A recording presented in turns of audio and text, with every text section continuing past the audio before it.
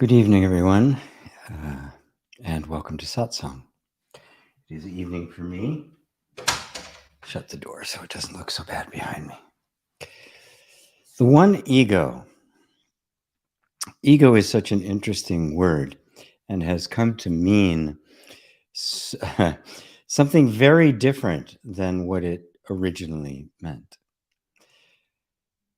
The word ego is simply the Greek word for I, just like we say I or say yo in Spanish or say ich in German, right? Or say je in French. It is just the word for I. In Greek, it's ego. When Sigmund Freud started publishing his books, and his books got translated into English, for some reason, rather than just using the German word, because he wrote just the German word ich when he was talking about ego. And but for some reason, the translator just didn't translate it into I. He decided to be a little bit erudite, I guess, and instead used the Greek word meaning ego. Maybe there was another better reason for doing that. Okay. And so now the ego kind of took on a life of its own. Instead of just being the sense I, it became this other thing. And now in spiritual circles, in psychological circles, and in a lot of various kinds of self-help and New Age stuff, the ego has become this enemy. We've literally turned a word into a demonic entity. Oh, if only my ego wouldn't do that, then I'd be okay. It's as if it's a thing, an entity, a being, right? Whose only purpose in life is to make your life miserable. And that's what makes it happy. Now, I use the word ego a lot, and I use it mostly in its more negative aspects. Yeah. So I thought I would speak about it today in its positive aspect, where it actually comes from, and how when you realize that it is simply the sense I, then even the ego disappears into the sense I am. And it becomes yet another word for God. I think a conversation like this is very auspicious today. Today is the World Religion Day. Not very well known or practiced, but I thought I would pay it service. I did a meditation on its behalf earlier today, and the purpose of its founding, which back in the 1950s, was to foster cooperation, brotherhood and sisterhood, a sense of community between all religions, and to bridge all the gaps, to find the commonality, the common thread that runs through all of them. And that common thread that runs through all of them is our deepest desire for truth, for our own sense of well-being, and going beyond our own sense of well-being, a sense of harmony, peace on earth, goodwill towards men, as we hear every Christmas season. And then unfortunately, we don't hear much about that afterwards. So what does this have to do with the ego? Well, what all religious and spiritual practices center around is you as an individual, right? Your relationship to whatever that concept of God is, your relationship to your fellow man. But notice, it's all about you. It's all about this I. In some religious traditions, it's simply a matter of controlling your behavior, making you act in a certain way, following these rules, and eventually you'll get a reward from the sense of a God that is very separate and distant. In fact, in that circumstance, all you could possibly have is a relationship.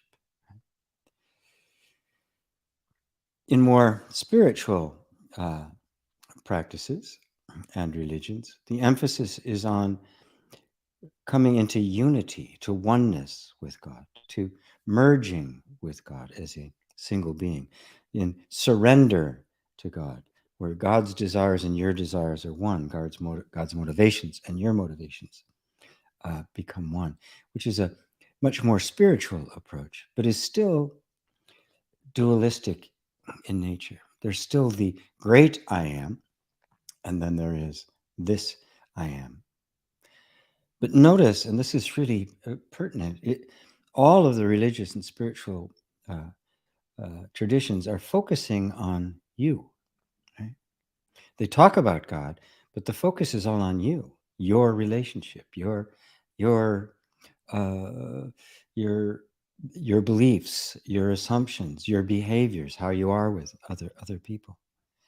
It is all about a purification or a spiritual growth. When you take that to the ultimate, we begin to ask the question as to what is the nature of God? What is the truth? God is an idea that I have. I believe it to be an entity out there, but my only experience of God, like my experience of absolutely everything, is my own perceptions, my own concepts, my own ideas, which those are what generate my behaviors. So it's fear of consequences or a deep yearning to become one. The I is the self. And one of the most profound statements, certainly the most profound statement in all of the Abrahamic religions, is when God announces himself to Moses, I am that I am. To my understanding of that, the revelation that transformed the life of this man, this mythical figure, was the realization that the I am, God, the ultimate, was my very being, myself. I am that I am. Not this little one, not this frail one, not this limited mortal one. That the I am that I experience all the time, the ego that I experience all the time, is not personal. It isn't me, really. These are all the ideas I have about the I am.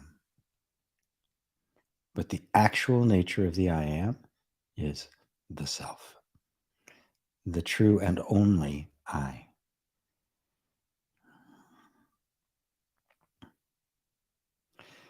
This, then, is the true meaning of ego. Ego, in our common parlance, refers not to the actual self, the actual entity, the actual I am, but to the ideas we have about ourselves, the concept I.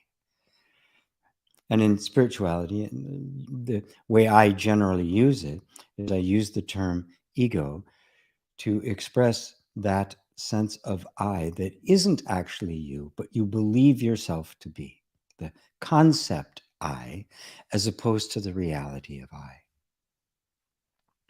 And that concept, if it connects up to the reality of I and has an anchor in truth by which it can measure itself, it will very naturally begin to harmonize with that sense of truth, that sense of identity, the true sense of identity.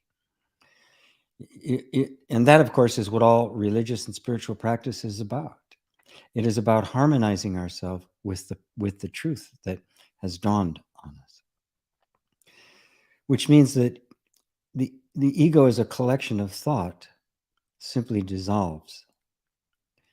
And all of the thoughts, feelings, sensations, experiences, memories, and associations now begin to draw their energy and their intention and all of their activity from the true self, which means literally God incarnate, God appearing in human form, This is no longer a person.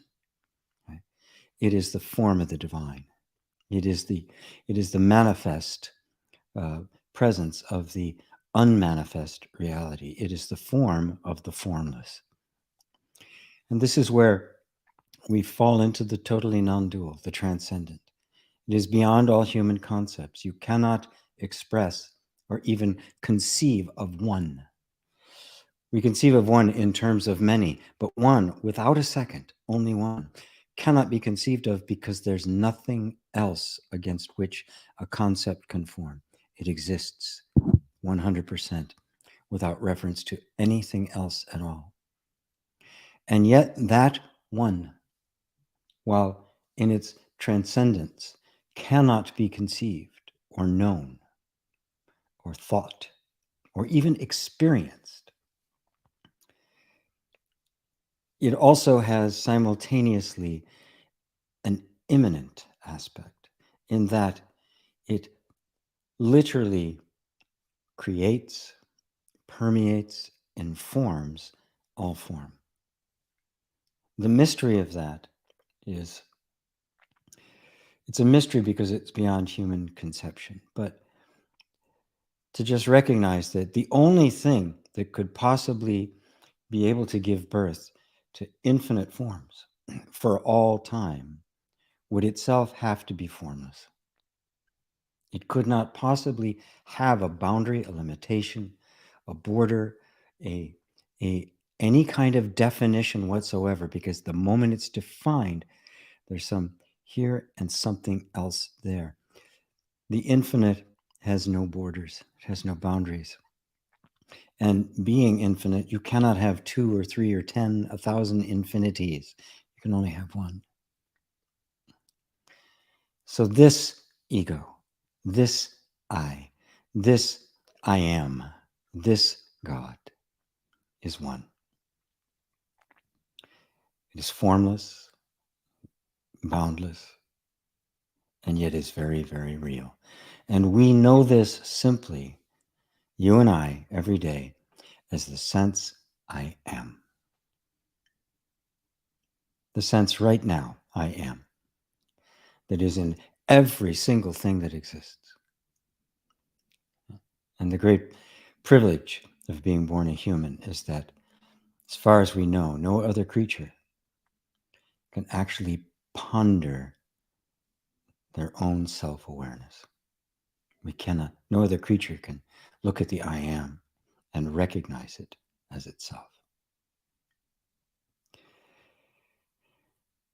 So while for the most part I will be using the term ego to refer to the concept of ourselves, I use the mind the same way.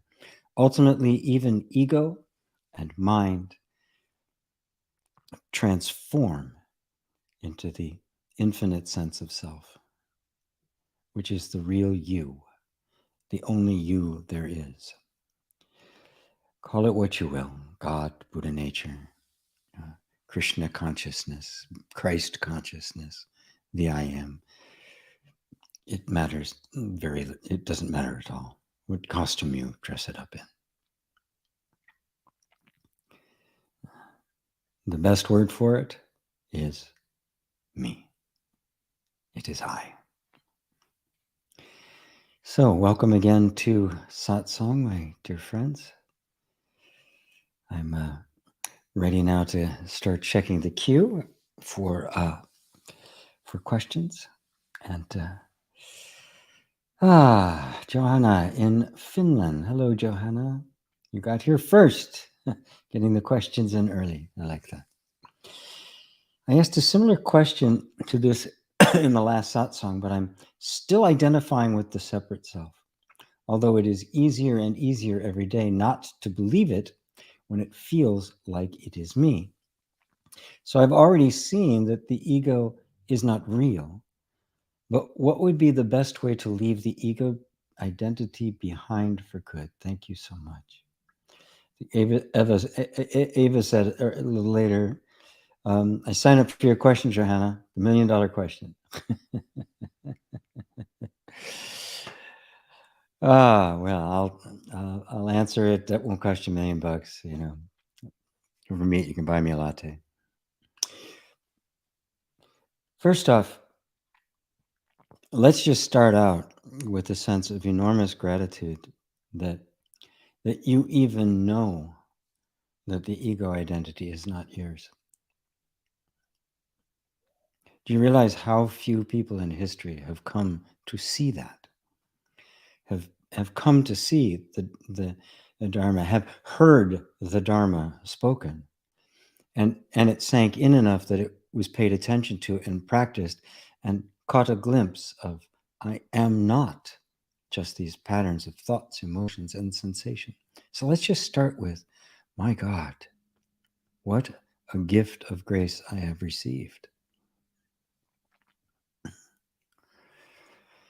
Now, when you say, I'm still identifying with the separate self, right? Take a step back. What happens? Thoughts come up or a feeling comes up. Then there's a strong sense of identification followed by I'm still identified with it. It still affects me, right? But isn't all of that the original thing that comes up plus then the sense of identification, is that not all being watched by something else? Is not that sense of identification and the thought, I'm still identifying it, just more of the egoic activity? And you, who can articulate it and tell me, you're clearly looking at it, right? And sometimes that identification is there, sometimes it's not, right? Well, if it's the coming and going, are you coming and going? Or are you watching it come and go? And that which is watching it, is that identified with it?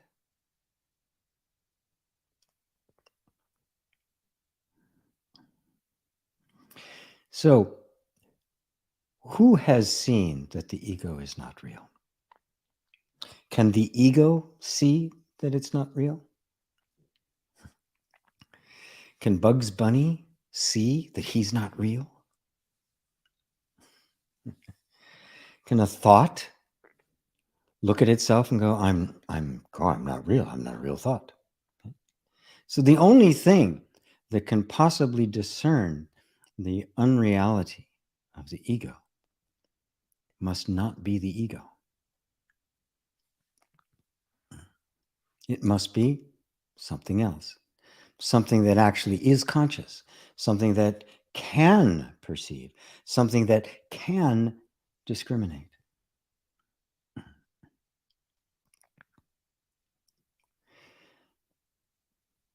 Now, it is a beautiful, beautiful desire to say, I want to leave the ego identity behind for good.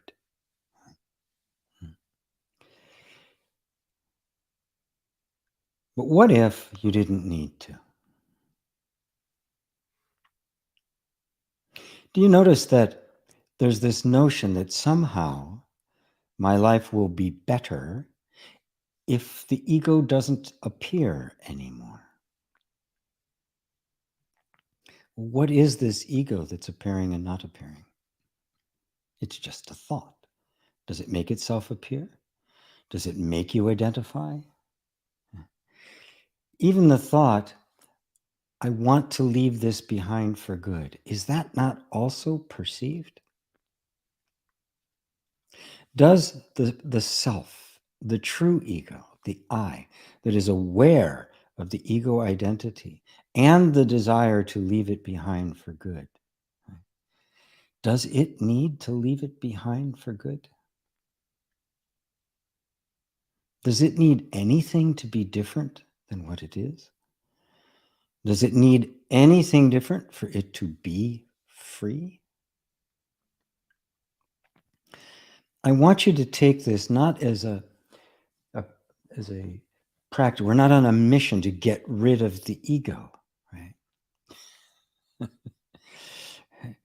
It's a fool's errand, right? We're on the mission to see that the ego never existed in the first place. It has always been a thought, a projection of the mind, and even the belief in it and its supposed activity are also not real. They are projections of the mind. And then let your attention simply go back to the sense I am, to that which is actually here. Is the ego a separate entity that needs to be gotten rid of? Or is that just the belief we hold about it? And when we hold a belief about something, it is not the thing that affects us, but our belief in it, because that belief projects our power, your real power, the power of the self, onto something of your own imagination, making it a powerful, separate entity, establishing a relationship with this. Oh my God, I've got to leave this behind for good.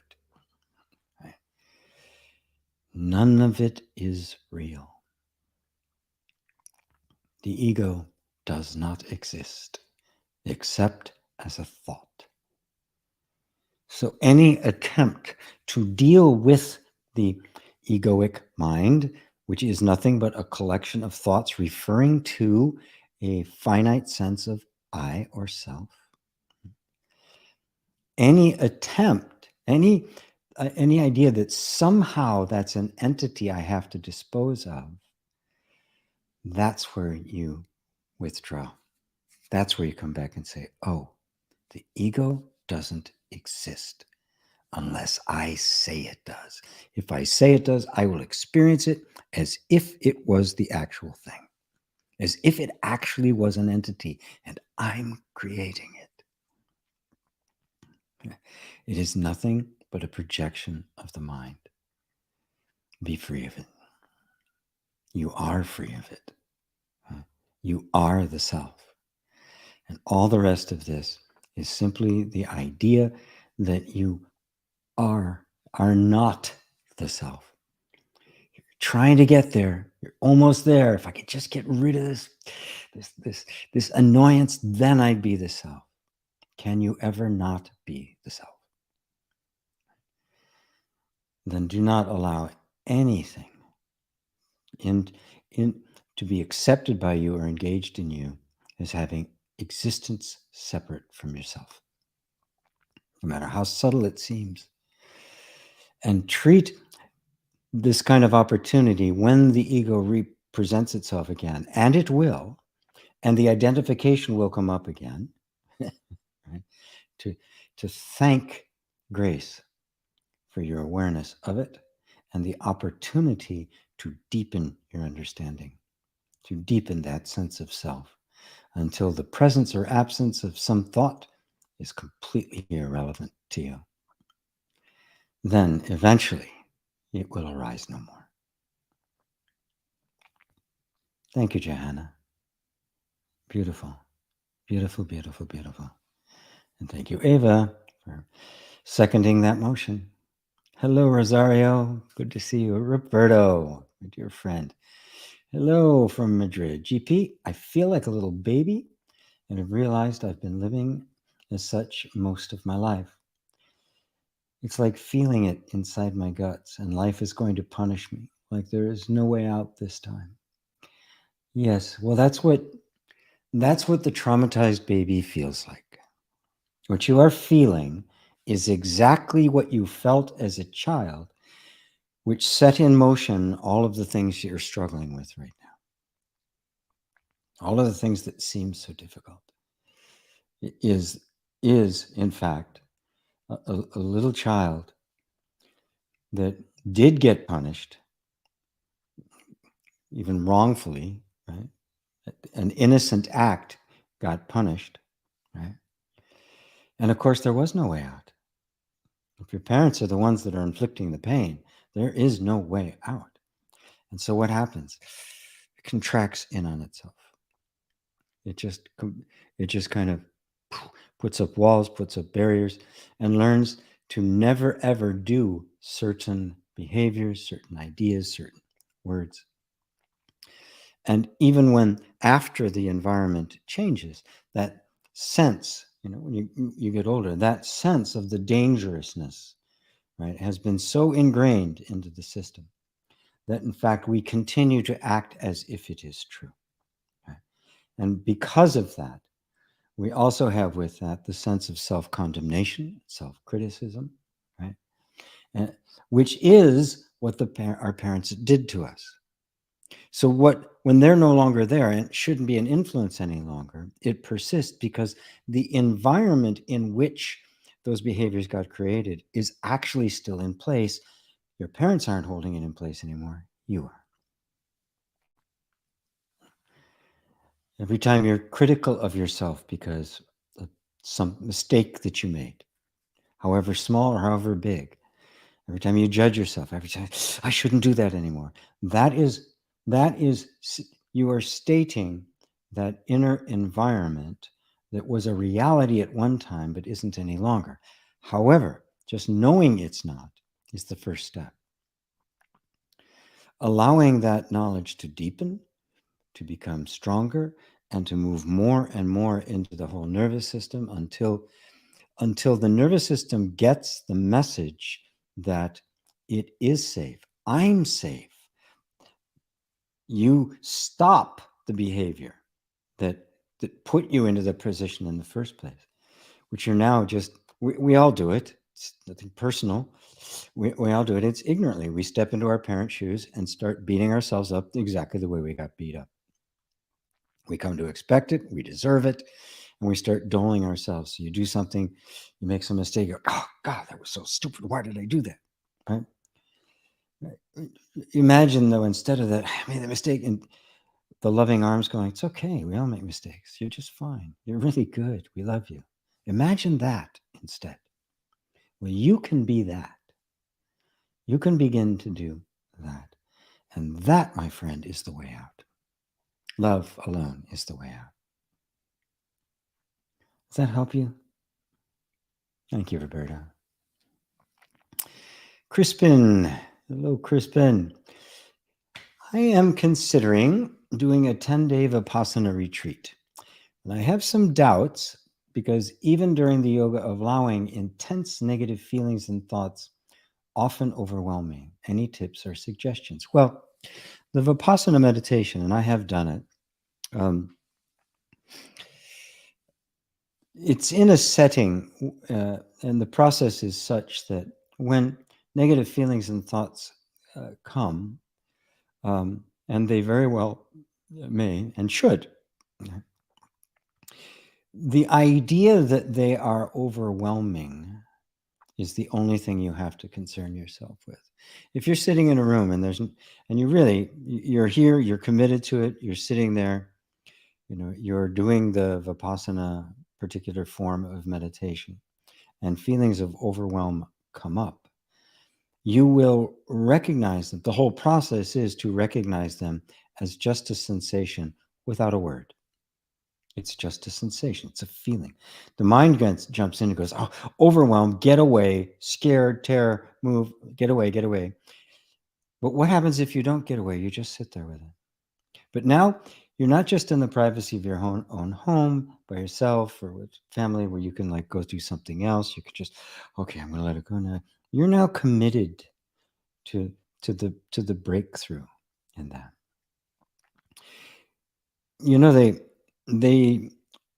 There's a whole part of the Vipassana community, the Vipassana organization, that puts on 10-day Vipassana retreats in prisons.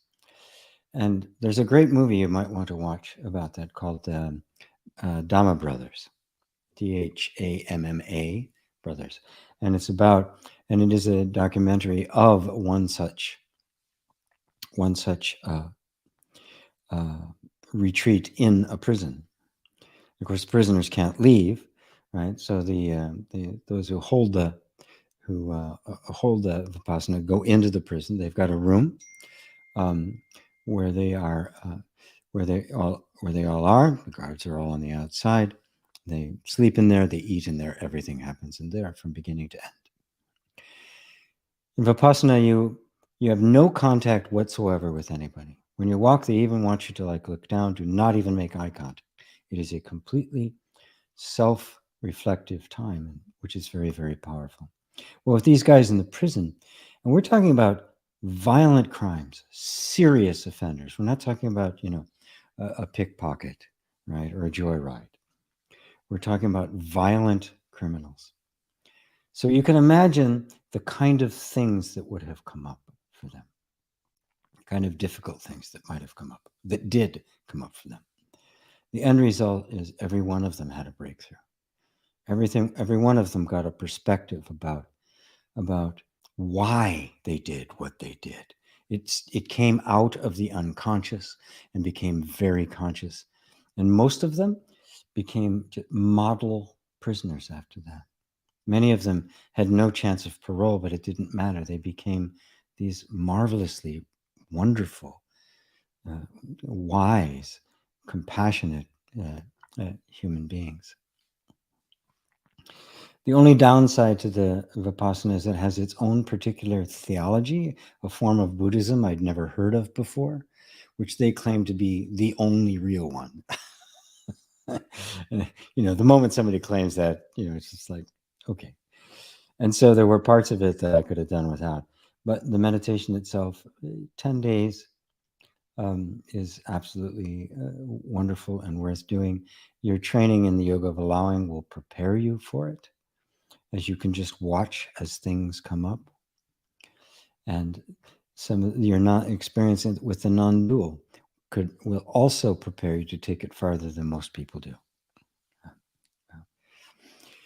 And on that, I will just leave that. That would be my tips and suggestions for that. Hi, Liza, David and Elaine. Hello. Ursula. Hello, Ursula. Hello, Penny. Sending love to you too. Hello, Bob. Good to see you. There's Jay, OMG, and everyone. There's Melissa. Hi, Melissa. The Awakening. Hi there. Jonas. Good to see you. There's Steph in Germany. My neighbor right down the street. There's Merck in Sweden. There's John in sunny Ireland. Well, Adelson Barros. Hello, sir. My ego seems to be a bully, for lack of a better word, especially when I wake up high anxiety. I'm just trying to be and let it pass, but my emotions are so strong and I find it hard. Oh, boa tarde from Cape Verde, west coast of Africa Islander. Yes, the ego is a bully. When it is not understood for what it is. Look around. The world is, all the countries are bullies. The country I was born in is a bully, bullying the whole world. Pure ego. It is pure sense of self-righteousness, of entitlement, and the like. Now, let's start with some gratitude for grace, right? Because, there was a time when you just wake up high anxiety. You wouldn't have said it's my ego. You would have said it was me. This is me. I'm anxious. You may even, done stuff to try to ease the anxiety. We all do. We don't want to live like that. So we find different kinds of behaviors and activities and things that will kind of mute, to some degree, the anxiousness. We have to do that, and it makes perfect sense to do that. So when you're trying to just be or allow it and let it pass, you notice that these emotions are very strong. Right? That is absolutely true. Right? So what needs to be cultivated, and this is not easy, right? Let me be really clear, right? This is not easy. When we have a really strong sense of anxiety, what's happening? Well, what's happening is that we are afraid of something that isn't immediately present, so there's nothing we can do about it. If there's a danger that's right here, right now, and it's in my face, I can do something. I can run or I can fight, right? Which is what the nervous system is made to do. But anxiety is not that. It is not a direct threat. It is the feeling that there might be a direct threat, right? Somewhere, somehow.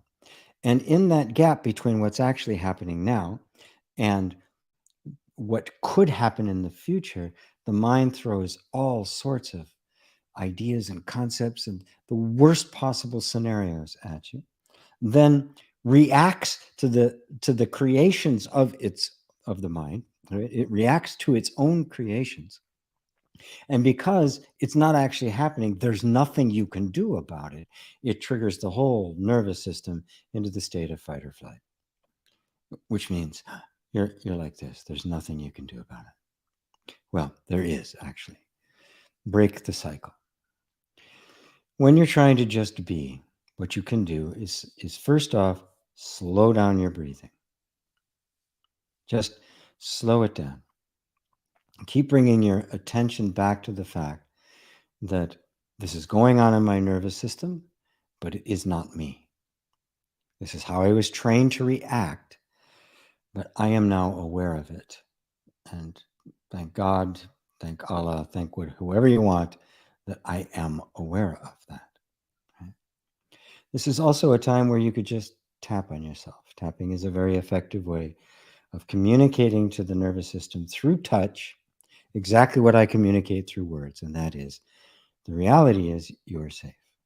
And it's felt, right?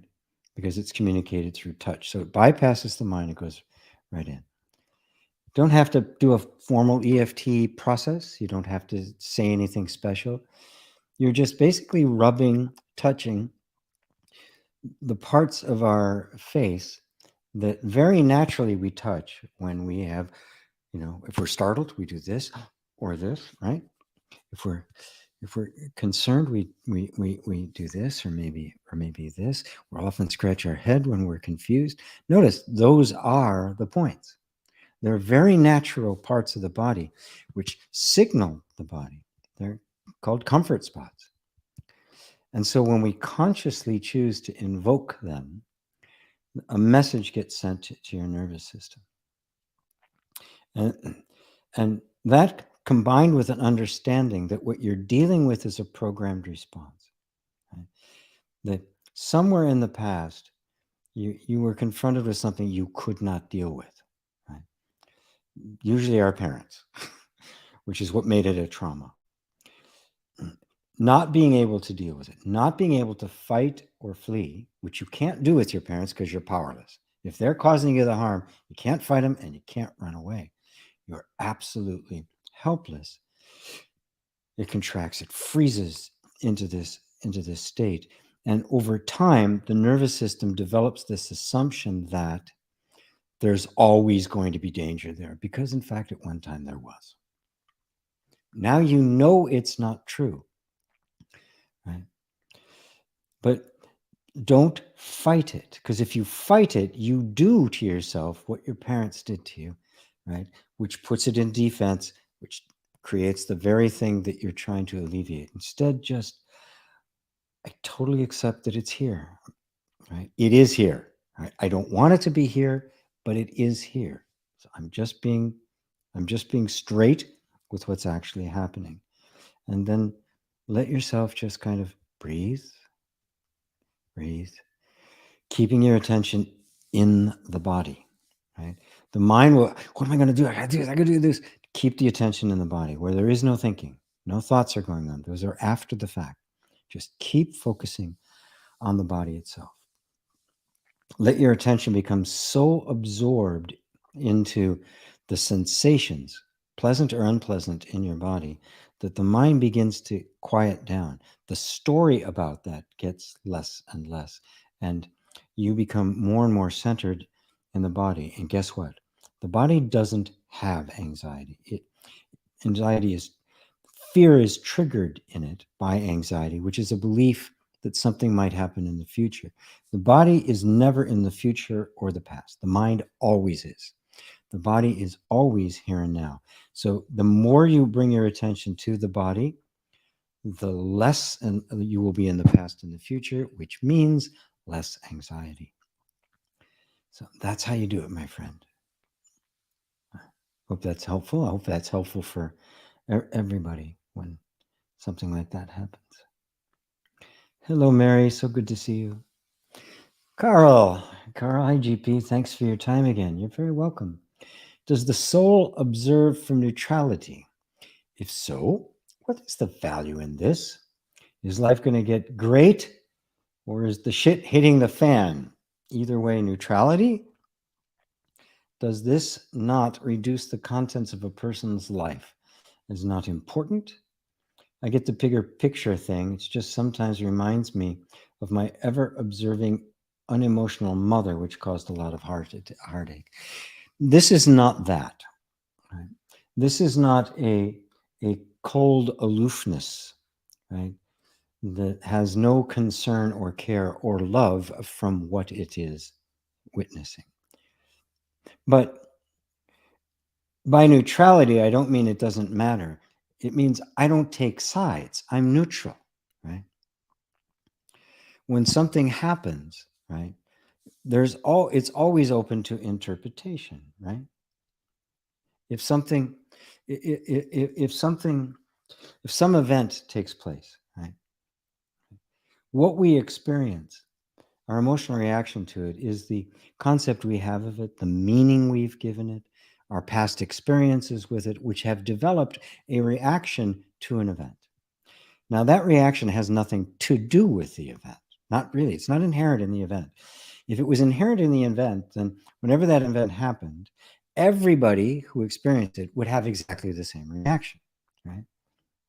If it was the actual event itself causing it, right? So what the event is simply neutral. It's always neutral. It's just what happened. Everything else is our reaction to it. Right? Everything else. And that reaction can either be conscious or unconscious. In the beginning, it's always unconscious. We get trained to react in a certain way because we don't know any better and we don't have that many options. So an event comes to mean something to us when it occurs. But how we react to it is not an absolute. It can be changed. It can be corrected. It can be improved.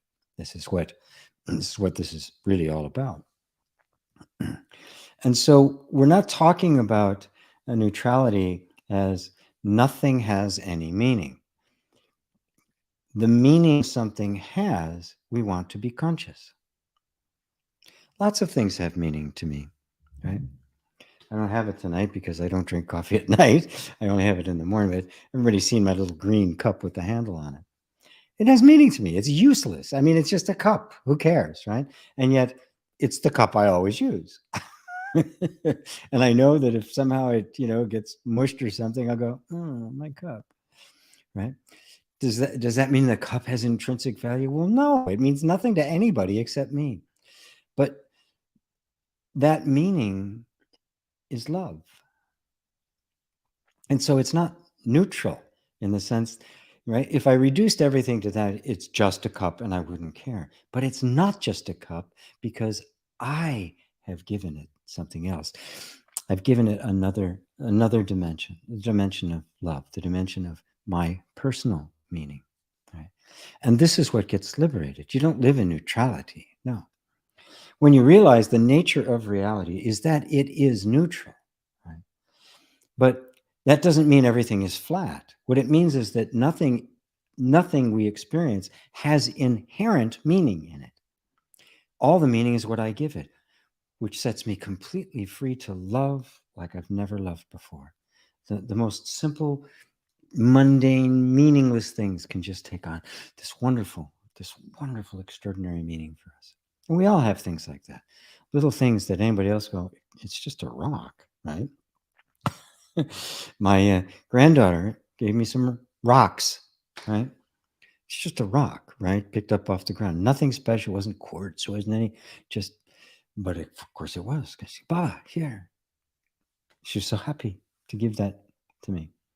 So yes, it's not just a rock, right? It's not one among a trillion rocks. It's a very special rock.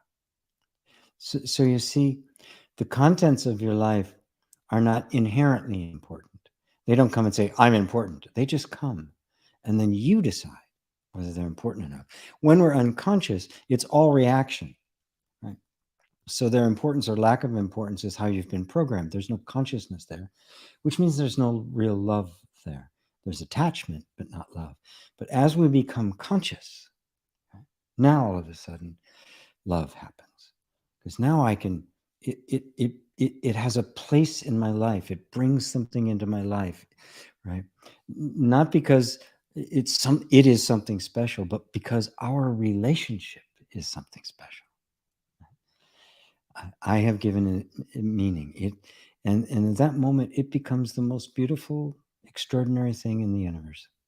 It takes on a completely different character, and it's all you, right? So no, my friend, it's not your unemotional mother, right? Right? She was somebody who did not know how to be able to. For her, I'm sure the experience was the same, right? She had, look at children, they are not unemotional. Oh my God. Anything but, right? So if your mother became unemotional, it's because her emotions got smashed, diminished, demeaned, cut off, until the point where she just didn't, in her unconsciousness, she did not know how to reclaim that territory. You do. And this is how you do it. And thank you for that question. It's such an important one, especially in non-dual circles, that everything gets kind of reduced to this almost drab nothingness. My God, it is not drab. Look at the universe. Is it drab? Hardly. So the content of your life is important because it's the content of your life. Not because it's inherently important, because it says, hey, I'm important, but because it's the content of your life, uniquely yours. Your rareness, your one of a kindness bathes all of it in uniqueness. And you'll see an aspect of everything that nobody else will see, nor do they need to. So, does that help, Carl? Diane, no question today, just gratitude. Things get clear with each satsang. It's so wonderful. Perfect, perfect, perfect. Thank you, Diane. Jay. My wife was feeling a bit anxious last night for no particular reason, so we decided to do one of your EFT video on anxiety. And there was a phrase where you said, everything is going to hell in a handbasket. And she just burst into laughter. Thank you, G.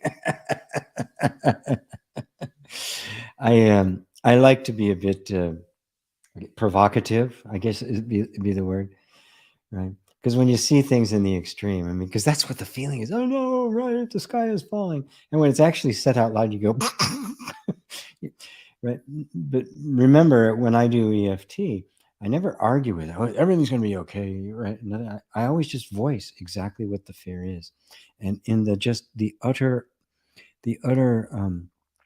honesty of it, the other just laying out, this is what it feels like. It's so easy to just see. Oh, it's not really true. It's not going to hell in a handbasket. And that's the nature of anxiety. We often don't know what the source, actually, we never know what the source is. Why? Because it isn't real. Anxiety is the mind imagining something could go wrong. And oftentimes, it doesn't even need to think of something can go wrong, just the idea something's going to go wrong. The other shoe's going to drop. It's gonna. I know it. Better be on guard. Oh, wonderful. Oh, I'm so happy. I'm so happy that that helped her. Thanks, Jay. Melissa, wow. Well, what are you? Thank you. Mary Sykes, I can identify with Roberto and the fear of punishment. It was not only my parents for me, it was the church too. Well, yes. The Abrahamic religions, which are the largest religions in the world, and the three of them together make up, oh God, I don't know, half the population of the planet, are completely based on the idea of of punishment. It is the most primal, the most the most ignorant, like unconscious, ignorant. Right? God is the enforcer of rules. You're supposed to love him, but how can you love somebody who scares you to death, who threatens you with eternal punishment? You either love me, or you're going to suffer forever. I mean, that's Jesus. That's a, that's a crazy boyfriend, right? If I can't have you, nobody can, right? I mean, that's nuts.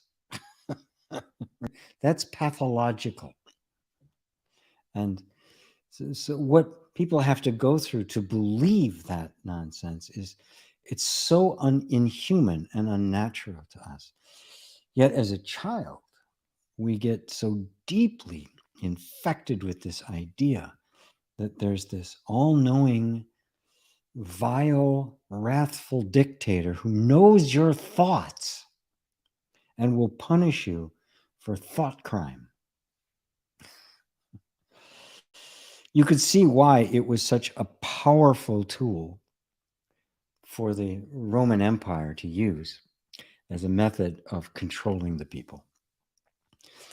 It was so successful, in fact, that the church and that virulent form of Christianity outlasted the Roman Empire by 1,200 years. It's still going, right? But now it's morphed and has become even more virulent, more nasty, more awful in evangelical churches, which I know you were a part of. It's become even worse. So it's what it is. You could just, using like EFT, because these things are so deep in the nervous system, you often need help. You need some touch to be able to help relieve it. Is to just say, God loves me, really loves me. He would never punish me for anything. God is corrective, not punitive. All the best notions about God you could think of, and just watch your body react. You'll feel the incredulity. You'll feel something inside going, no, that's not true. That's not true. Just say, okay, that's fine. I totally accept this feeling, and just be with it while it's there. Just tapping. Don't fight it. Say, oh, it's not really true. It's not really true. I get it. Yes, this is how I feel. It's deeply ingrained in my nervous system. But while you're tapping, you are communicating to it. It's safe. And the nervous system, this is really very simple. There's no great magic about it. If whenever the nervous system gets conflicting information, right? I'm in trouble. This is really a bad thing. I'm going to die. And then it's safe, right? It gets into a state of dissonance, and it will always inevitably try to reconcile the dissonance. That's why this is so powerful, which is why you don't have to have affirmations and stuff. Matter of fact, they don't work. The only time I use an affirmation with somebody is when I'm trying to trigger the resistance to it, right, in the system, and then the resistance, the feeling, and keep your attention in the body. Right? Keep your attention focused in the body, because this is where it's all happening, right? And little by little, that will begin to fade away. It won't have quite this. Well, it already hasn't. I mean, you've made a lot of progress since I've known you, right? But little by little, it will cease to have any kind of credibility to you. God couldn't possibly be like that. The Creator, when we thought the world was just like this big, and the warring tribes and stuff. Yeah, we could imagine this warrior God, right, who favored one thing over another.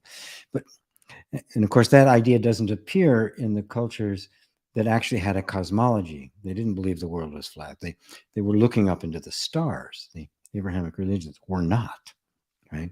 But at any rate, the more we've seen of this universe, the bigger it is, the vastness, the incredible complexity, how it's just inconceivable that this wrathful, angry, vengeful, spiteful super being would be creating something of such beauty and then get angry at us about stuff. The idea just becomes increasingly absurd. Um, and becomes absurd to the degree where the nervous system begins to relax into the reality of the true nature of God, which is pure love. There is no punishment. There is no hell awaiting. And the heaven is the very presence of the true source of being. Not really creator, because creator is like a moment in time. This is the source of being. Every moment is being generated by that source. And ultimately, you'll come to see that you are that. Creative Revolution. Hello. Hello, Suze. I love you so much. And I love our Irette family, Penny, Evan, and all who've given so much support and love. Beautiful. Beautiful, beautiful. Hello, my dear girl. Hello, Werner. Good to see you. My question today. All right. What can breath work do for healing and awakening? Breath work techniques like transformational breath, conscious connected breathing have become more popular these days. What is your take, GP? Well, like all the techniques that have, like I've adopted EFT, and I've adopted EFT because it doesn't, first of all, it's very effective, and a lot of these things are. But EFT does not come with any kind of philosophical or ideological baggage. Gary Craig, the way he set it up, it was not ideological. He didn't say this is the way you have to do it. He opened it up, at the the 3-day long seminars he would do on EFT. He had all sorts of different teachers after a while, after people had developed their own way. And that's exactly what he wanted. He even put the term emotional freedom technique into the public domain, so nobody could get their hands on it. So it's free of ideology. You can do with it whatever you like. And because of that, I can make use of it without having any kind of overhead on it, right? And I can take what other people have done. I've borrowed different kinds of techniques about using EFT from other people who do it. So any technique has its value. Now, nothing is absolute. The ultimate practice is always self-inquiry, which will go beyond all of it. And at some point, we all need to. We drop all the yogic practices, everything, right? For the pure awareness that I am, and all of this is myself. In the meantime, I take a step back. I know there are some absolutists who say any concession is wrong, and I say nonsense. Any concession made for the purpose of alleviating or eliminating human suffering, to me, is absolutely appropriate. It is very, very important whenever you're learning some other kind of technique or applying some other kind of technique that you're clear why you're doing it. Because we live in a smorgasbord, an absolute buffet of spiritual practices and ideas and personal development, energy healing. There's so many to choose from now. It's easy for somebody to become distracted by the next shiny object. Oh, this is the technique that's going to do it. No technique is going to do it. Only self-inquiry is going to do it. But many things can be useful along the way as we prepare ourselves for that energy rush that is awakening. So learn them if you want, use them if you're drawn to it. Oftentimes these things are very useful if you're looking to become a coach or a healer, a teacher in your own right. To have these kinds of things in your toolbox as a practitioner is extremely valuable. That's why I use EFT, because it's so simple. You don't have to have a table, and you don't have to be there in person. You can teach people stuff and it gets immediate results. So just don't get don't get taken in by their particular ideology, because a lot of times these folks who bring these out with fully good attention and good intentions feel, oh, this is it. This is the right way to do it. This is the important way. There's been a couple of people that showed up like that in EFT and said, well, this is the right way it's supposed to happen. And of course, I pay no attention to them because that's just pride, right? Or marketing, trying to distinguish yourself. So I don't know those particular techniques. There's a lot of different breathing techniques and yogic techniques, and they're all very valuable up to a point. Take the technique, what it does, the effect it has, but leave the ideology behind, right? Don't put anything extra on it. What is the technique? How does it work? What's the results it gets? What's the best time to use it? And at that point, it becomes your tool. It becomes your servant. You don't become its. So that's what I have to say about that. So thanks, Werner. And of course, you're so very prepared with that because of inner reconciliation, which is not an ideology at all. Hello, Peter in Italy. Good to see you too. Great answer to Adelson. Thank you, Mary. That was amazing. Yes, the body, not the mind. Yeah. Thank you. Thank you, Suze. Ava, thank you for the answer about ego identification. Yes, it's clear. You've told about gratitude. Yes, gratitude is such a high feeling. It's such a high vibe. A few days ago, it came to me why I'm not feeling grateful for my life, since I have many reasons to feel grateful. But among all these reasons, since I'm able to see who I really am and whatever is experienced is only an experience, even so-called ego identity, yes, that awareness is a great reason. Thanks for this so important reminder. Yeah, now, don't turn this into the gratitude walk, gratitude exercises, right? And then we can beat ourselves up because I'm not gratitude. I'm grateful. With understanding comes gratitude. And you begin to realize that the absence of gratitude in our life isn't because we're ingrates, right? Because we don't appreciate things. We do. But because for so long in our lives, we were deprived, right? We really didn't get our needs met. And it was hard to be grateful when you were being treated wrongly, or, all the various things that create the traumatic events in our life. Yes, it's how do you feel grateful in the midst? And then somebody says, you should be grateful. Kids are starving somewhere, right? And then you feel guilty about the fact that you don't. So just be with it. Okay, I don't feel grateful. Okay. I admit it. I don't feel grateful. You can tap on it too. I really don't feel grateful. You know what? I don't want to feel grateful. Screw you all. Keep trying. Stop telling me I have to be grateful. Right? And then just see if there's some openings for things. So it doesn't become this process you do to try to be grateful. I'll find all the things that I'm grateful. It never works. It's always artificial. As you begin to see things as they really are, there's a natural appreciation for them, for the beauty of them, for the truth of them. That's what opens up the heart to feeling this sense of, my God, I am blessed. Just the fact that I am capable of pondering my own existence. What a miracle. What a wonder. I'm capable of looking at my pet dog or cat. They can't question their conditioning. They just are that. I can look and they go, well, I've been conditioned.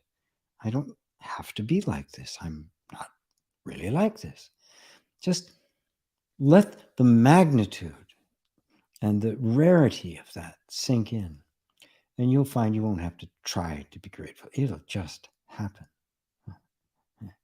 And you don't need to. You don't have to. You do not have to be grateful to wake up. You don't have to be grateful to manifest something. Those are all nonsense.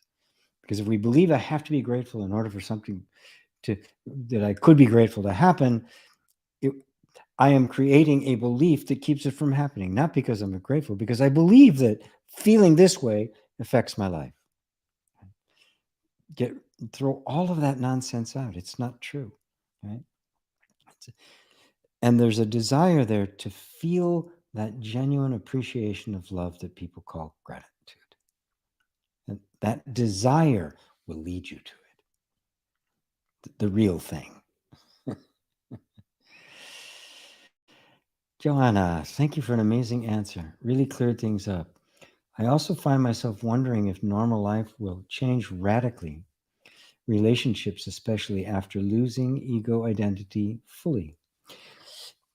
You know, when you say losing ego identity fully, notice that that's a concept.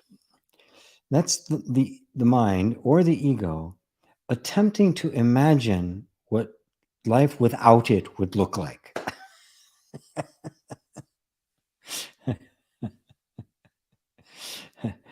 Will your normal life change? It might. You know, as they say in Zen, before enlightenment, chop wood, carry water. After enlightenment, chop wood, carry water. Or after enlightenment, the laundry. It may not change on the surface at all. It doesn't have to. Right? The change will be just you will be living in a different universe. You'll be living in the real universe. That very well may cause dramatic shifts in the flow of energy that we call life. Maybe not any at all. So really stick with the sense of being right here and right now, because that's it. That's all you have to concern yourself with. And so you can drop the ideas of what would it be like if I didn't have the ego, because it's all conceptual and it's all speculative. And I would much rather you just find it out directly. And to do that, bring all of your attention to the sense I am, because that is who you really are. Oh, thank you, Jana. Carl, bless you. Thank you. Bless you too. Bless you all. Melissa, thank you for clarity on neutrality. You're so welcome. Jacqueline, hi, GP. I have been single for some time now and recently met this nice guy.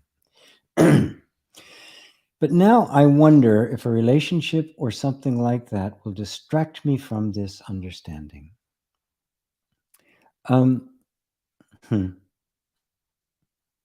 know, I'm very happy that you asked that question.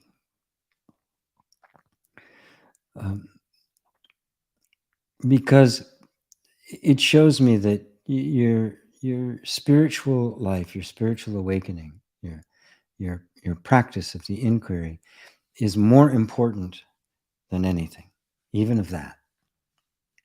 Right. So what I would suggest that you do is to simply keep that question in your heart, right? And be with the contradiction. I really want this. Obviously, you met this nice guy. Relationships are wonderful, right? Our human nature, we were born to couple, right? You know, the division in the genders is there for a reason. It's inherent in us, and we have this overwhelming desire and need for one another, right? On the level of our human life. Okay? Now, any relationship can either be enhancing to our spiritual growth. It can actually be an incredibly beautiful place in which, if both are conscious, you can create a space in which so much of the early childhood trauma can be healed. Right? Because in every relationship, we inevitably, you know, the woman is a mommy figure and the dad is a daddy figure, right? It's going to happen. Now, if you're conscious that it's going to happen, when those infantile feelings come out and you're projecting daddy onto the man, or he's projecting it onto you, if you're both conscious, you can let it happen. You can actually work through it. You can give that little child that's clutching for mommy or daddy what he or she needs. The end result, healing. You've created that inner environment. Now, Can that happen in this particular relationship? Well, you don't know. This is the wonder of it. But give yourself permission to find out. If somebody says, okay, I'm not going to be in any relationship because I'm just going to do this, most of the time it's trying to avoid something. It's trying to be a spiritual bypass. It's never have that kind of energy about it. There's just something about it that says, this isn't for me. And it's very natural, and it's very it's very obvious, right? So you're going to have to walk enough on that path to discover it, keeping here the heart's desire to only be true to the truth, which means if this relationship serves the truth, I welcome it because it has so much wonderful other stuff, right? If it doesn't serve the truth, I'm willing to forego all that other wonderful stuff because this is more important. And you don't have to decide. All you do is have to hold the question and recognize wisdom has to arise to give you the answer that you need. As long as you're not trying to figure it out in your head, so you're not, oh, is he doing this? Is he doing this? Is he conscious enough? And that sort of, because no criteria is going to meet it. And the very fact that you are in his life is going to have an impact. That's going to, the whole dynamic starts to happen. This isn't static, right? We're constantly moving, constantly in motion. Right? So just hold that question with all your heart, as a prayer. I only want to do that which increases, enhances my truth, my compassion, my wisdom, and my love for all humanity and myself. Right? And then allow the wisdom and compassion to show you that way. And it'll be clear. I guarantee. Oh, there's Bob. Johanna, you're asking all the questions I was going to ask. Thank you, dear friend. All the dear friends here. Mark, identify with the experiencer, who you really are, not the experience, what you experience in life. Like your story of the emperor and the sage. Fear is how we are controlled. Yes. Fear is what controls us, and what we imagine the consequences are. That's what creates the fear. Yes, there are people who manipulate that, but you can only be manipulated if you're manipulatable, right? Which is the emperor and the sage. He was free of it. I want to tell the story now. When you know who you are, you have no fear and hence can't be controlled. But you can never know who you are unless you look at where you are inside. Yes, that's exactly true, Mark. You cannot know who you are through the mind. Because remember, the mind is conceptual. It deals in thoughts. It deals in concept. It deals in ideas. The mind makes symbolic representations, abstractions, right? And then combines them and recombines them in another way. The mind never knows anything directly. Right? Everything in the mind is an approximation. Now, that's useful. That works. I got a microphone here. Oops, move that. I got a light here. I got the computer in front of me. I'm sitting on this. That works for all the mundane objects of our existence. Right? But it doesn't work. Right? The mind cannot approach that which it cannot conceptualize. And it cannot conceptualize allness, the infinite, eternal, timelessness. It cannot conceptualize that which does not have a form. And it cannot conceptualize itself.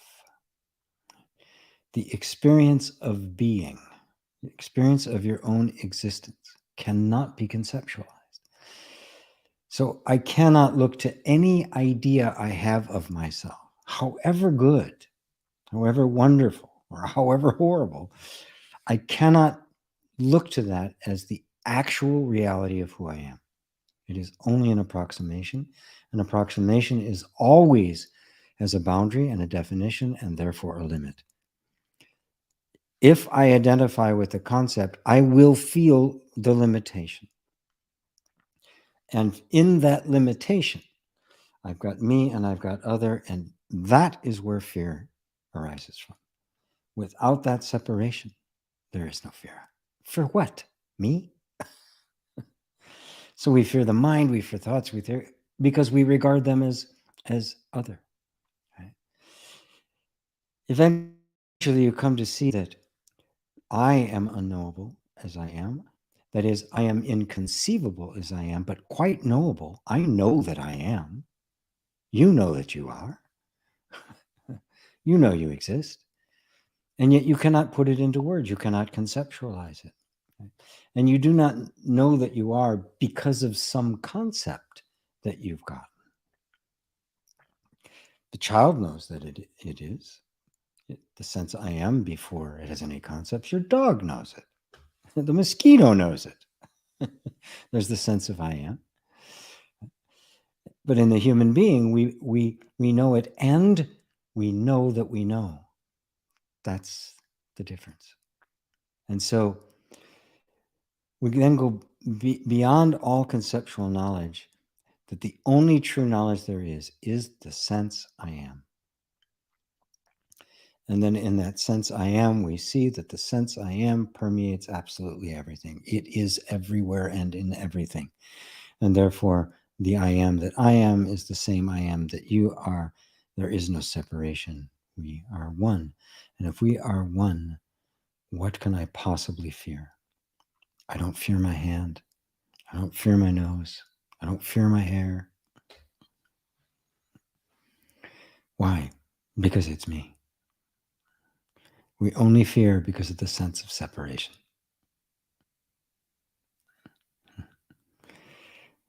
When that leaves, you don't even fear the falling away of the body. Of course it's going to fall away. So what? I don't fall away. Like the sage told the emperor, go ahead, cut off my head. We'll both watch it fall to the ground. Thank you, Mark. Joanna, happy here. You said it's Bob, the name I can't pronounce. Beautiful. Thank you, Joanna. Beautiful. Love your explanation, GP. Thank you so much, says Werner. You're very welcome. David, gee, I did not have the problem. I'm not grateful. Just one day I felt gratefulness and just noticed, but was thinking about such mundane reasons. You remind me about the great reason. Yeah. Oh, the little things do it too. I love the little things. You know, the rain on my face when I walk down the street, or the chill when it gets really cold, but it's still. You know, the snow falling on the ground. You know, a baby crying, a dog barking. Right? Just the quality of the light that's over there that's illuminating the room, the candles behind me. A million little things, because they're not little. They are the self. This recognition that they are also the self, the oneness of all beings, that's the great reason. The great reason. I not only know that I am the I that knows everything is. I am the I, the ego, the self of the universe. And the universe is the reflection of consciousness. There is no matter. Matter is a concept. You know, in science, for many years now, there's been the recognition, the two great mysteries of science is consciousness, or is the mind just the functioning of the brain, and what is matter? What's the actual nature of matter? And the nature of matter, they regard it as the number one mystery, and then how matter creates mind, number two, which but wait a minute. How could you possibly ask how matter creates mind if you don't even know what matter is? And how do you say that matter is primary when the vehicle through which matter is being explored is mind?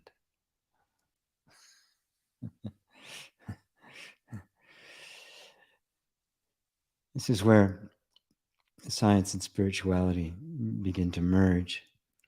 and you find that the the non-dual, the actual reality itself transcends both. It transcends spirituality. It transcends science. It is matter is a concept, nothing more. I look at this thing, I say it's matter. Okay, if I say it's matter, then my experience of it will be it is matter. But see if you can prove to yourself, just to yourself, not to anybody else, just to yourself, whether or not what I am looking at actually has an existence independent from my looking at it. And conceptually say, well, yeah, the basic assumption is that it does exist, that there's this mechanism of perception in my eyes and stuff and causing images in the brain, and suddenly then I see it. It exists there, and I have an image of it here, but it has an independent existence, and the substance of that independent existence is what was called matter. That's where it came from, right? It's another Greek word. Can't remember exactly where the original word was, as was atom, right? A fundamental particle. So now, putting that aside, let's put that to the test. Now, that's not a test you can do through the scientific method, right? Which is always subject object. I've got to examine it in some way. I've got to do stuff to it. I've got to make some kind of test that somebody else can do, but I can't do that. I cannot step outside of myself and verify the existence of that. So I must approach it from here. What is my actual experience of everything I experience? And you'll find that there's nothing within your any frame of reference or any experience you have that can prove to you conclusively that what you are experiencing exists independent of you, independent of your perception of it. And that, of course, would have to include the brain, another concept. So consciousness then has nothing to do with the brain. In fact, consciousness produces brain, not the other way around. Consciousness produces form. We then call it brain, we call it matter, we call it atoms, we call it rocks, trees, universe. But that's what it's called. But what it is consciousness. Just as everything isn't matter or everything is energy, the reality is everything is consciousness, and you are that. Lovely. Well, if there are no more questions or comments, I may just have an early night for myself, which would be lovely. Not necessary. It's my time. I love answering your questions, but if the questions have dried up, if everybody is satisfied and hearts have been touched and minds quiet, well, then satsang has done its job. So I'll just give it a moment here because I know that there's a delay. I'll just give it a little moment here before I let it go. This has been the first time in several years, several years, that it's been less than 2 hours, let alone less than an hour, 90 minutes. Lots of love, Lisa Marie. Thank you so much. One last question from Suze. Yes, sure. Bring it on, my dear. I notice you become more kind through allowing. Random? No. When you allow, the process of learning to allow, and I know you've been doing just allow it and yoga of allowing and all of it, you find that all of the places you were unkind were all reactions.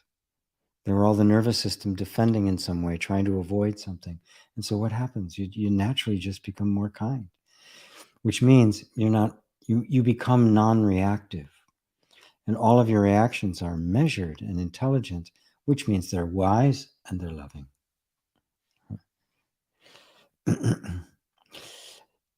Sue says, I've been finding it hard to concentrate lately. Do you have any suggestions? Yeah, love. Don't make a big deal out of it. Notice here. Let's just get into the place of total allowing. Right. I want to concentrate. I maybe even need to. There's some things I would really like to get done. In order to do that, I have to be able to concentrate. Okay. Let that be there. Genuine desire, of course. And now on the other side, for some reason, I'm not conscious. I'm being distracted. I'm finding I have a hard time. For some reason, my nervous system does not want to concentrate right now. Okay, I accept that too. Now I'm going to be present with both of those at the same time because I can do that. I'm the peacemaker. I'm not going to take sides. I'm not going to say, I got to concentrate. I desire to concentrate. I'm not going to say, I got to be distracted. The distracting is happening. And just instead, just kind of be present with it. And with this incredible love for yourself and love for the whole energy system that is trying to work this out. Right? It wants to concentrate, but doesn't feel like it can. Okay, give it some space to let it work it out. And you just be there in this enormous amount of love for the whole process and love for you. And if you don't have enough love for you, well, I have lots extra. I'm happy to send you some. All right, then.